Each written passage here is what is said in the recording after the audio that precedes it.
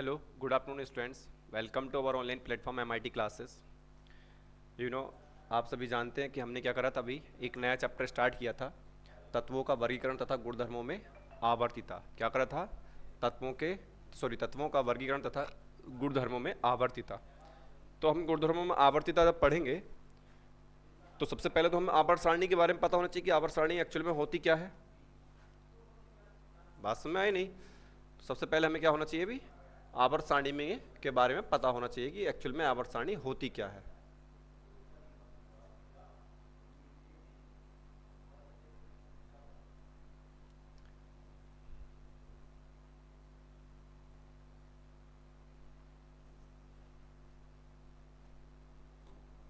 जी, ये बात हमने कल भी बताई थी कि जो मेंडलीव की दो आवर्त सारणी थी, एक तो आधुनिक आवर्त सारणी कहते हैं, एक मूल आवर्त सारणी कहते हैं। मूल आवर्त सारणी जो मेंडलीव ने खुद दी थी, और आधुनिक आवर्त सारणी जो मेंडलीव की आवर्त सारणी के बाद दोबारा से जो बनी, जो मोजले ने बनाई, लेकिन नाम उसको भी क्या आता है, मेंडलीव का ही जाता है। ठीक है। तो तत्वों का वर्गीकरण तथा गुणधर्मों में आवर्तिता के साथ साथ हम पहले ये पढ़ेंगे पहले मेंडलीव की मूल आवर्त सारणी के बारे में पढ़ेंगे, उसके बाद मेंडलीव की आधुनिक आवर्त सारणी के बारे में हम पढ़ेंगे। देखिए क्या खास बातें रहीं, क्या क्या चीज़ें उसके अंदर रहीं, इन चीज़ों को हम पढ़ने वाले हैं किसके अंदर, आवर्त सारणी के अंदर। ठीक है। तो सिंपल सी बात है, सबसे पहले हम ये देखेंगे कि आवर्त सारणी का के उपयोग क्यों है, आवर्त सारणी क्यों बनाएगी। तो आवर्त सारणी इसलिए बनाएगी जिससे कि तत्वों का जो अध्ययन है वो आसानी से किया जा सके। भाई आप जानते हैं, जैसे अब फिलहाल मैं मॉडर्न वाली के हिसाब से बता रहा हूँ, जैसे आप जानते हैं हाइड्रोजन है, लिथियम है, सोडियम है, पोटेशियम है, रुबिडियम है, सीजियम है, फ्रांसियम है। ये कुछ एलिमेंट्स हैं। बात समझ आ गई? मैं इधर वाला एलिमेंट ले लेता हूं कुछ।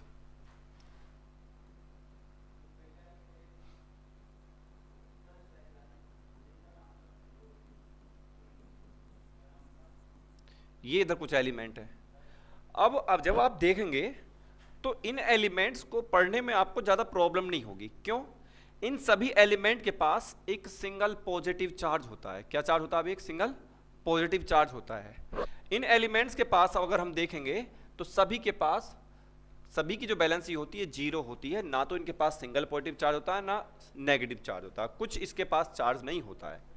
ठीक है। अगर मान लेते यही एलिमेंट्स इन्होंने सीक्वेंस से नहीं लिखे होते, एक एलिमेंट एफ आर यहां पर है, सीजियम को यहां पर लिख देते, रूबिडियम को यहां पर लिख देते, मतलब एक सीक्वेंस से नहीं लिखते, तो आप कैसे पता करते हैं कि इन इन एलिमेंट्स की जो वैलेंसी होती है वो 1 होती है, इन एलिमेंट की जो वैलेंसी है वो 2 होती है, या ये एलिमेंट उसके साथ रिएक्शन करके ये देगा, या फिर ये एलिमेंट उसके साथ रिएक्शन करके ये देगा। तो वहां पर बहुत सारी प्रॉब्लम्स क्रिएट हो सकती थी। इसलिए जिससे कि तत्वों का आसानी से अध्ययन किया जा सके, तो उनको एक सीक्वेंस में लगाया किसने? मेंडलीव ने। बस क्या हुआ था, मेंडलीव की आवर्त सारणी, मूल आवर्त सारणी और आधुनिक आवर्त सारणी में बस इतना सा अंतर है कि मेंडलीव ने जो तत्वों को रखा था परमाणु क्रमांक के बढ़ते हुए क्रम में रखा था। परमाणु भार के बढ़ते हुए क्रम में रखा गया था। किस में रखा गया था भाई? परमाणु भार के बढ़ते हुए क्रम में। बट अगर हम बात करें आधुनिक आवर्त सारणी, तो आधुनिक आवर्त सारणी को परमाणु क्रमांकों के बढ़ते हुए क्रम में रखा गया था। किसके क्रम में रखा गया था भाई? परमाणु क्रमांकों के बढ़ते हुए क्रम में किसको रखा गया था? आधुनिक आवर्त सारणी को। ये बात समझ में आती है भाई? ठीक है। जब ये बात समझ में आती है, थोड़ा सा आगे चलते हैं। एक चीज और बता देते हैं, जो इस तरीके से कुछ क्षितिज लाइनें होती हैं, उनको बोलते हैं क्या? आवर्त। क्या बोलते हैं उनको? आवर्त। और कल भी बताया था कि कुछ ऊर्ध्वाधर लाइनें होती हैं अप टू डाउन की तरफ, उनको बोलते हैं वर्ग या समूह बोलते हैं उनको। क्या बोलते हैं उनको? वर्ग या समूह बोलते हैं। ठीक है भाई। सबसे पहले अब देखिए यहां से जो क्वेश्चन बनता है, बस ये मोस्टली ये बनता है कि भाई मूल आवर्त नियम क्या है, आवर्त सारणी का जो मेंडलीव का जो मूल नियम है आवर्त सारणी से रिलेटेड वो क्या है। ठीक है। और आधुनिक आवर्त नियम क्या है। ठीक है। मेंडलीव का आधुनिक आवर्त नियम और मेंडलीव का जो ओल्ड वाली पीरियोडिक टेबल थी वो नियम जो क्या है। तो देखिए लिखेंगे जरा फटाफट तुरंत से।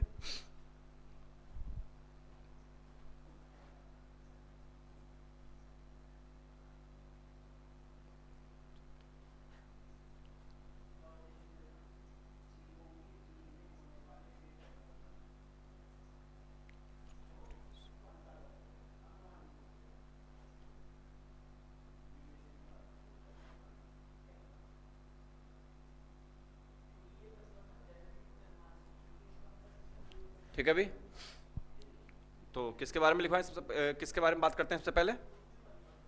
आवर्त सारणी है क्या वास्तव में, ठीक है। आवर्त सारणी क्या है ये देखते हैं।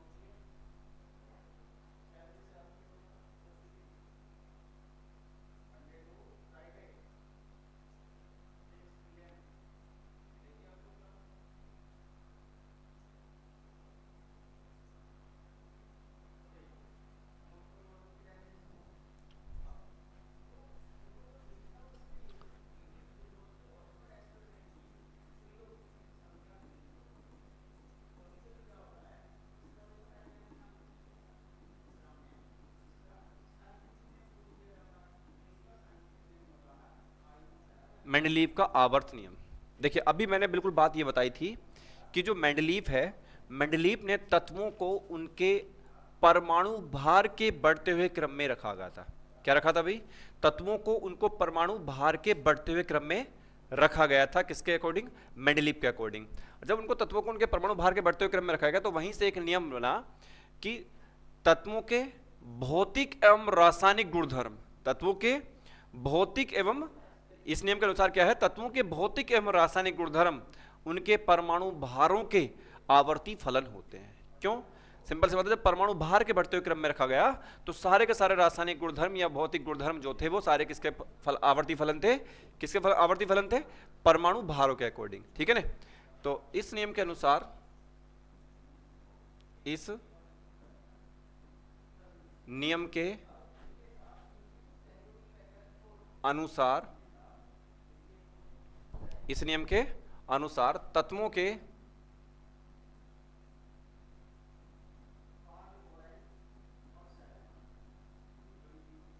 भौतिक एवं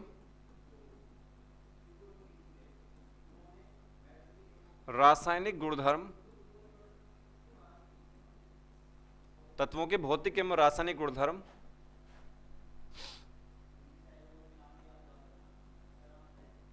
उनके परमाणु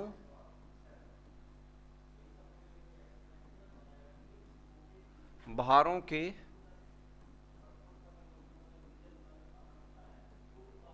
आवर्ती फलन होते हैं।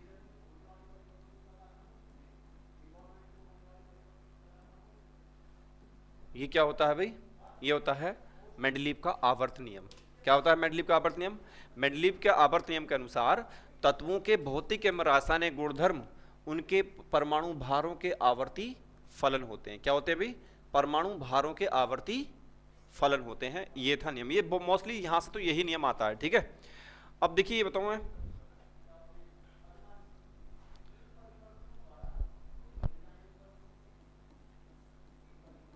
जो मेंडलीव था, अब क्या क्या था भाई? जो देखो इसको मेंडलीव भी बोल देते हैं, ध्यान रखना, ऐसे भी लिख देते हैं, और इसको मैंने बहुत बुक में देखा है ऐसे करके, मेंडलीव भी कह देते हैं, ठीक है। बात में आगे भी एक ही मात्रा विचार कर सकते हैं या वो भी कर सकते हैं। लो मैं दोनों कर देता हूं इसको।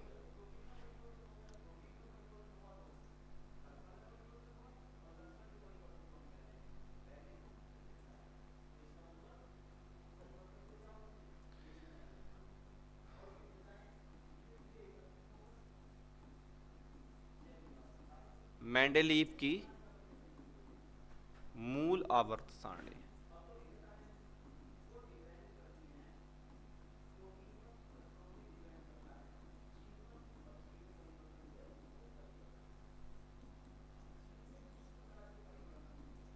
देखिए मेंडलीव की क्या होती है भाई, मूल आवर्त सारणी होती है,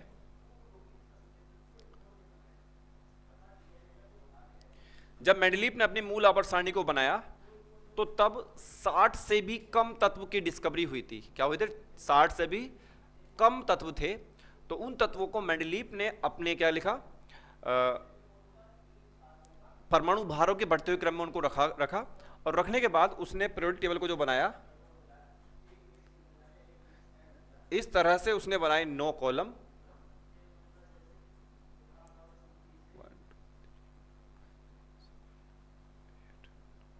देखिए नॉर्मली बता देते हैं, यहां से ज्यादा क्वेश्चन नहीं बनता है, बिना फिजूल के ही यहां पर टाइम लगना है। ठीक है, ये इस तरह से 9 कॉलम बनाए और फिर इसको इस तरह से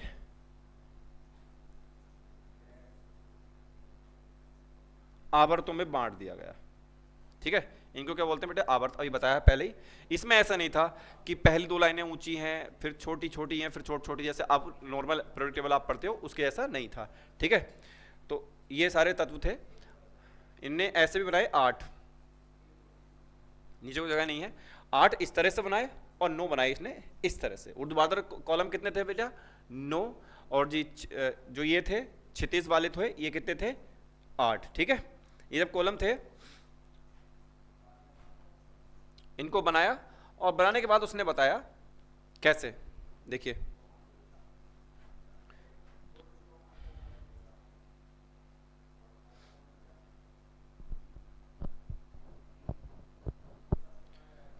ठीक है, अब मैं इसकी कुछ प्रॉपर्टी लिखवा देता हूं। किसी को कमेंट तो नहीं है? देखियो भी जरा।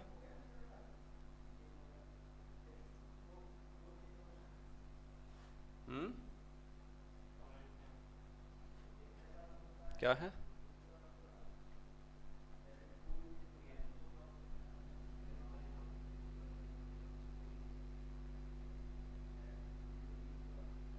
स्कूल क्यों नहीं गए?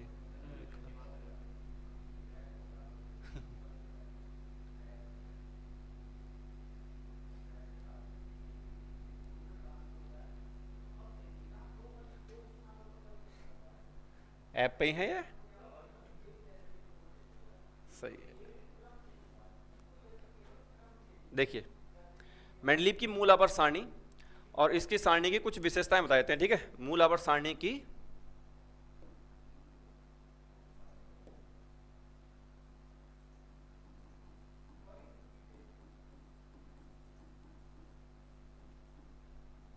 विशेषताएं।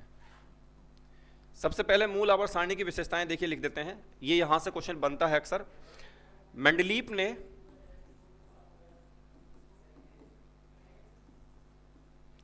ने तत्वों को मेंडलीव ने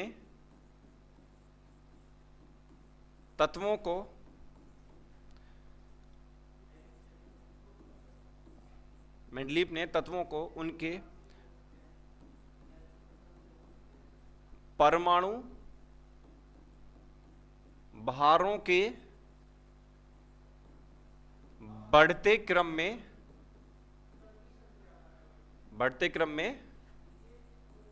रखा। बात समझ आई भी? इसका पहली विशेषता क्या थी कि इस आवर्त सारणी में जो तत्व थे परमाणु भारों के बढ़ते क्रम में रखे गए। ठीक है भाई। सेकंड क्या कहती है? इसके जो समूह के सभी तत्व थे उनके गुणधर्म जो होते हैं समान होते हैं। ठीक है भाई। सेकंड प्रॉपर्टी थी एक ही समूह के सभी गुणधर्म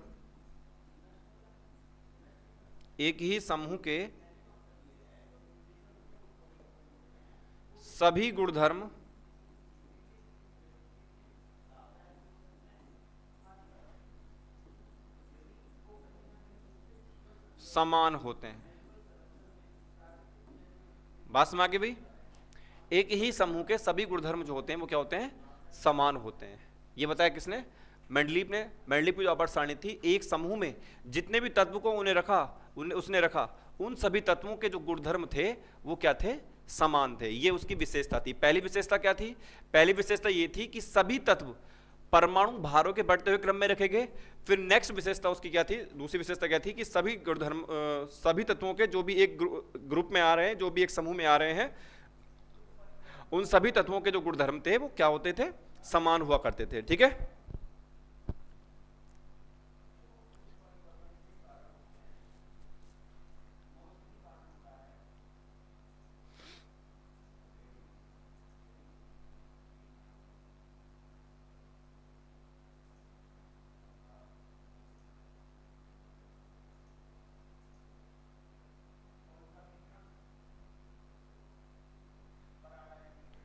और जी मेंडलीव ने एक ये भी बताया कि कम परमाणु भार वाले, ये भी बताया था कि कम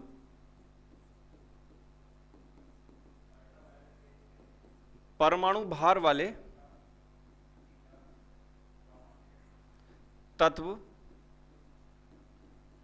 जैसे हाइड्रोजन, कार्बन, ऑक्सीजन, नाइट्रोजन, ये कम परमाणु भार वाले तत्व हुआ करते हैं। और उसने बताया कि जो प्रकृति है, प्रकृति में कम परमाणु भार वाले तत्व जैसे H होता है हाइड्रोजन, C होता है कार्बन, ऑक्सीजन, नाइट्रोजन, अब ये सब प्रकृति में अधिक मात्रा में पाए जाते हैं। ये ज्यादातर क्या पाए जाते हैं? प्रकृति में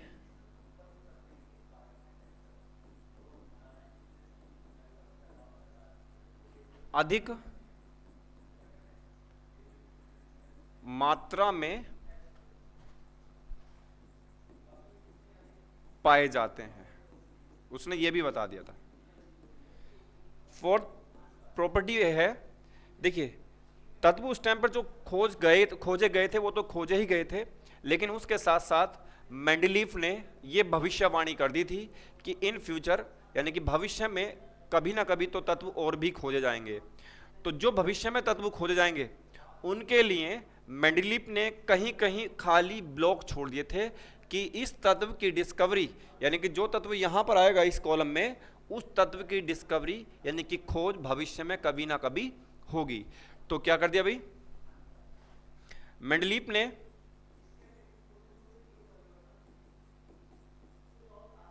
या इस आवर्त सारणी में लिखेंगे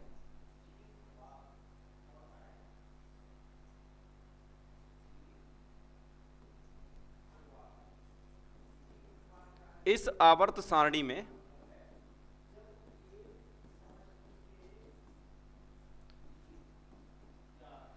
आवर्त सारणी में भविष्य में खोज होने वाले तत्वों की भी, आवर्त सारणी में भविष्य में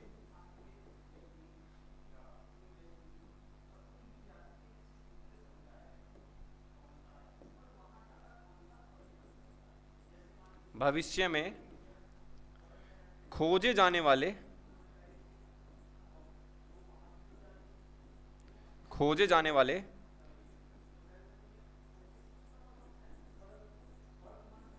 तत्वों का भी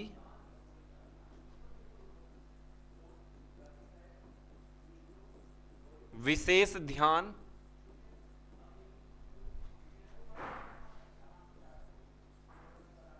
रखा गया। विशेष ध्यान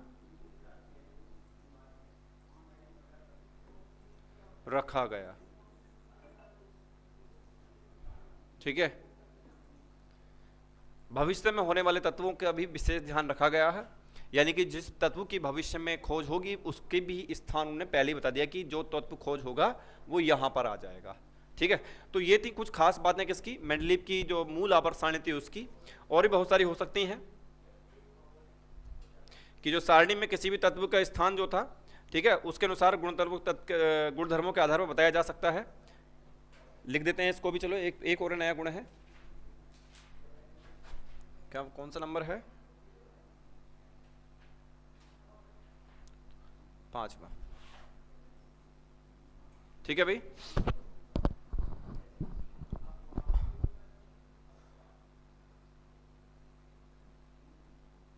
इसके अनुसार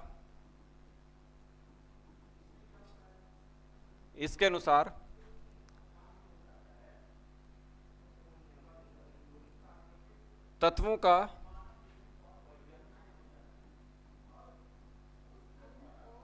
स्थान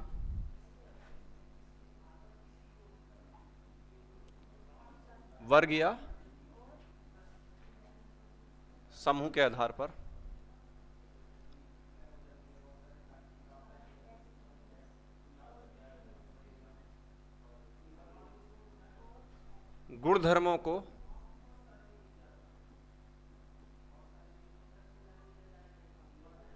गुणधर्मों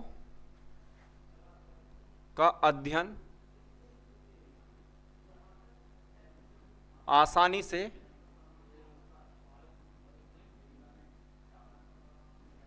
किया जा सकता है।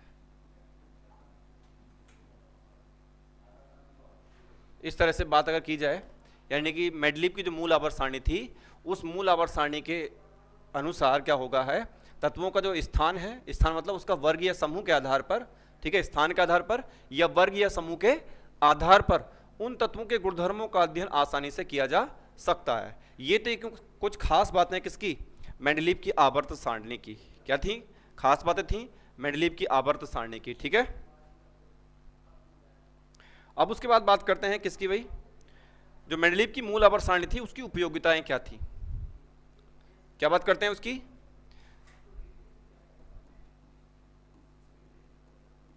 मेंडलीव की आवर्त सारणी की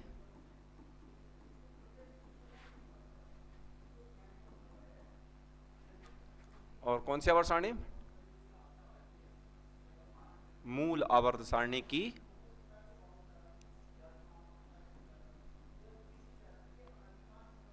उपयोगिताएं।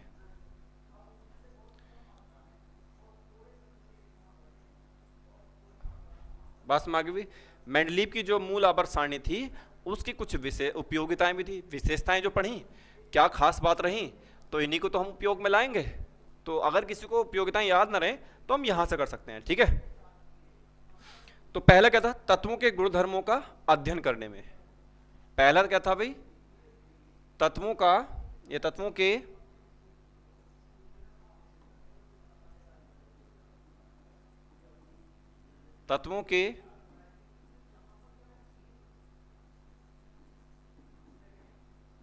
गुणधर्मों का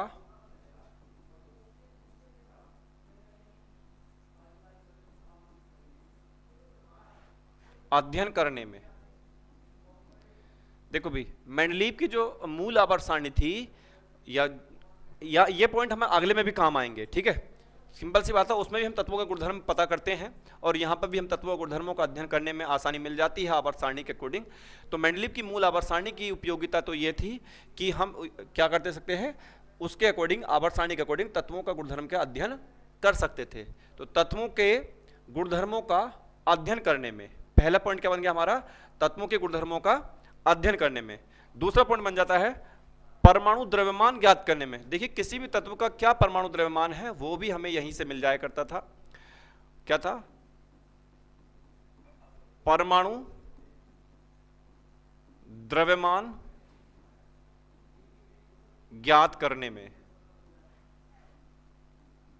दूसरी उपयोगिता क्या थी कि इस आवर्त सारणी के अनुसार, यानी कि मेंडलीव की मूल आवर्त सारणी के द्वारा हम क्या कर सकते थे, किसी भी तत्व का परमाणु द्रव्यमान ज्ञात कर सकते थे। क्या कर सकते भी, किसी भी तत्व का परमाणु द्रव्यमान ज्ञात कर सकते थे, ठीक है। ठीक है भाई, और क्या हो सकता था, इसमें यह भी पता चल जाता था नए तत्वों की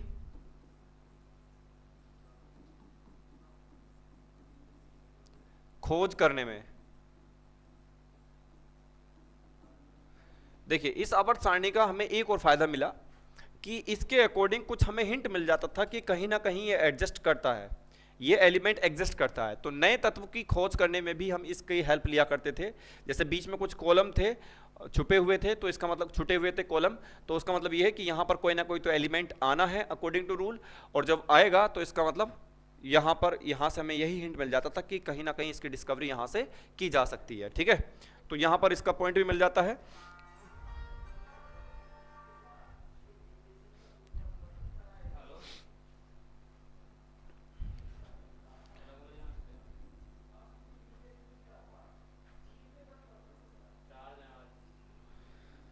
तो ऐसा हो जाता है कभी कभी, जैसे हम किसी परमाणु का परमाणु द्रव्यमान निकालते हैं तो हमें संदेह होता है कि ये परमाणु द्रव्यमान कहीं सही है या गलत है।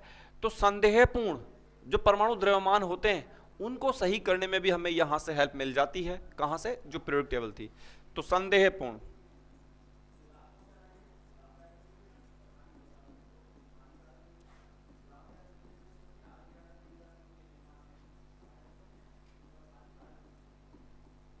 संदेहपूर्ण परमाणु द्रव्यमानों को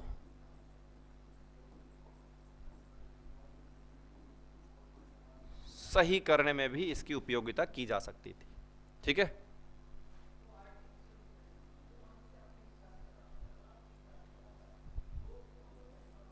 पांचवा आप ये भी लिख सकते हैं, सिंपल सी बात है, सीक्वेंस से लिखा होते हैं। ठीक है, इसमें ये होता है समान प्रकार के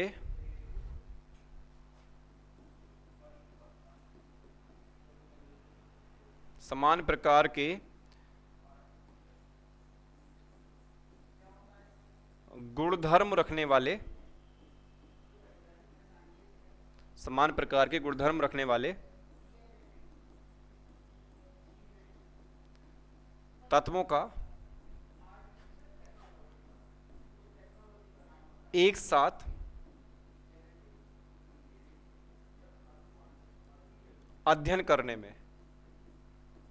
भाई आपको पता है अगर अबर सारणी में नहीं होते तो अलग अलग तत्व का जो अध्ययन था हमें अलग अलग तरीके से करना चाहिए था, करना पड़ता। लेकिन जब एक प्रकार के यानी कि समान गुणधर्म प्रदर्शित करने वाले तत्वों को एक साथ रखा गया है तो एक साथ ही बहुत सारे तत्वों का अध्ययन किया जा सकता है। तो समान प्रकार के गुणधर्म रखने वाले तत्वों का एक साथ अध्ययन करने में भी इसका उपयोग किया जा सकता है। 5 उपयोग हैं, बहुत है। ठीक है, तो ये मेंडलीव की जो मूल आवर्त सारणी थी उसके उपयोगिताएं हैं, और जो मेंडलीव की मूल आवर्त सारणी थी उसकी विशेषताएं पहले करा चुके हैं। अब देखिए सिंपल सी बात है, जब कोई ना कोई काम करता है, कोई भी हो, अब उसने अच्छी तरीके से काम करा है तो उसमें कुछ कमियां भी निकालने वाले होते हैं। ठीक है, अब इसने एक काम किया, आवर्त सारणी को दिया, अब जब जाकर के इंटरनेशनल लेवल पे इसका अध्ययन किया गया और अच्छे से, तो देखा गया आफ्टर सम टाइम इसमें कुछ कमियां दिखने लगी। क्या दिखने लगी? कुछ कमियां नजर आने लगी। तो वहीं से और सबसे ज्यादा थे ड्रॉबैक्स। यहां पर उपयोगिताएं बहुत कम पूछता है, विशेषताएं बहुत कम पूछता है, सबसे ज्यादा पूछता है ड्रॉबैक्स कि इसकी क्या क्या कमियां रही। आप भी जानते हैं खास बात कोई नहीं पूछता किसी भी चाहे कोई इंसान हो चाहे कुछ भी चीज़ हो। इसका भी ये था, यही था कि इसकी इन्हें जो चीज़ें दी जिनसे हमें कुछ नॉलेज मिली उनको किसी ने इतने ध्यान से नहीं देखा, इसकी कमियों पर ध्यान देने लगे। तो इसकी कुछ कमियां भी थी। ठीक है, जिन कमियों को हम करेंगे। ठीक है, तो अब लिखेंगे मेंडलीव की मूल आवर्त सारणी की कमियां।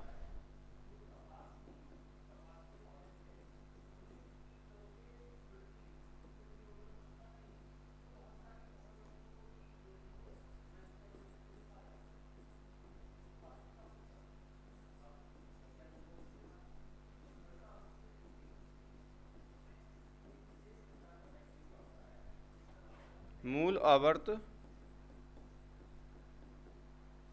सारणी की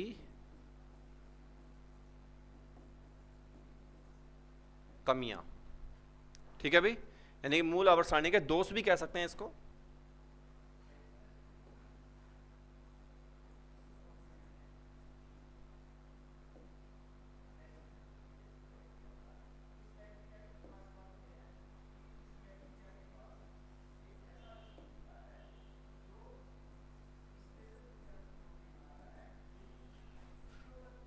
मेंडलीव के मूल आवर्त सारणी के दोष, देखिए बहुत सारे दोष इसके रहे, ये मैं भी मानता हूँ।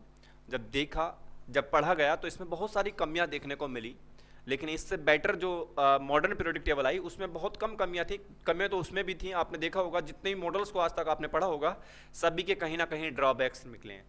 ठीक है, हर किसी मॉडल की कुछ ना कुछ कमियां निकली हैं।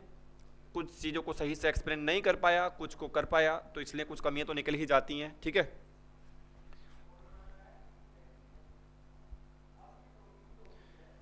देखिए कहीं कहीं पर जो ये मेंडलीव की मूल आवर्त सारणी थी, इसमें अभी हमने एक रूल पढ़ा था कि परमाणु भार के बढ़ते हुए क्रम में रखा गया। तत्वों को क्या रखा गया अभी? परमाणु भार के बढ़ते हुए क्रम में रखा गया। लेकिन एक्चुअल में कहीं कहीं पर ऐसा देखने को मिल जाता है कि परमाणु भार के बढ़ते हुए क्रम में तो रखा गया है, लेकिन कहीं कहीं पर कुछ तत्व ऐसे थे कि परमाणु क्रम भार तो ज्यादा रखते हैं, बट वो परमाणु क्रमांक कम वाले तत्व से पहले हैं। कहीं कहीं पर ऐसा रखेगा। मोस्टली तत्व क्या रखेंगे? परमाणु भार के बढ़ते हुए क्रम में रखेंगे। लेकिन कुछ तत्व ऐसे भी थे जो कम परमाणु भार वाले तत्वों से पहले रखेंगे। अधिक परमाणु भार वाले तत्व कम परमाणु भार वाले तत्व से पहले रखा गया। तो ये इसकी कमी निकली। भाई पहले तो कह रहा है कि हमने परमाणु भार के बढ़ते हुए क्रम में रखा है सब तत्वों को, लेकिन कभी जब इसको पढ़ा हमने, जब इसको देखा, तो कुछ तत्व ऐसे आ जाते हैं जिनका परमाणु क्रमांक परमाणु भार तो ज्यादा है, लेकिन वो कम परमाणु भार वाले तत्व से भी पहले रखा गया है। तो एक कमी तो इसकी ये मिल गई। दूसरी कमी भी थी। दूसरी कमी ये था, इसमें कुछ तत्वों को सही से स्थान भी नहीं दिया गया था। मतलब जैसे अभी आपने देखा था, अब मॉडर्न पीरियोडिक टेबल में आप देखते हैं लैंथोनॉइड एक्टिनोइड को नीचे स्थान दे दिया गया था, लेकिन इसमें ऐसा कुछ नहीं था, सभी को एक साथ घुस दिया था इन्होंने। ठीक है, ये कमियां थी। और ना ही समस्थानिक। देखिए कुछ समस्थानिक होते हैं, अगर आप जाने, समस्थानिक होते हैं ऐसे तत्व जिन समस्थानिक स्थान, देखिए नाम से ही पता चल रहा है क्या हो सकता है समस्थानिक। समस्थानिक, सम मतलब समान, स्थानिक मतलब स्थान।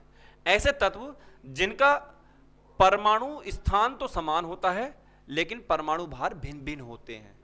तो कुछ तत्व ऐसे भी थे जो एक ही प्लेस पर रखे गए हैं, समस्थानिक मतलब परमाणु स्थान उनका एक साथ आना चाहिए, लेकिन उनको नहीं रख पाया एक साथ। तो ये कुछ कमियां थी जिनको हम कराएंगे कल। आज के लिए इतना ही काफी है। याद रखेंगे विशेषताएं और उपयोगिताएं, कल करा देंगे इसकी कमियां। हर इंसान में कमी होती है, तो आवर्त सारणी में क्यों नहीं होगी। ठीक है, तो मिलते हैं कल सेम टाइम सेम जगह पर। तब तक के लिए धन्यवाद।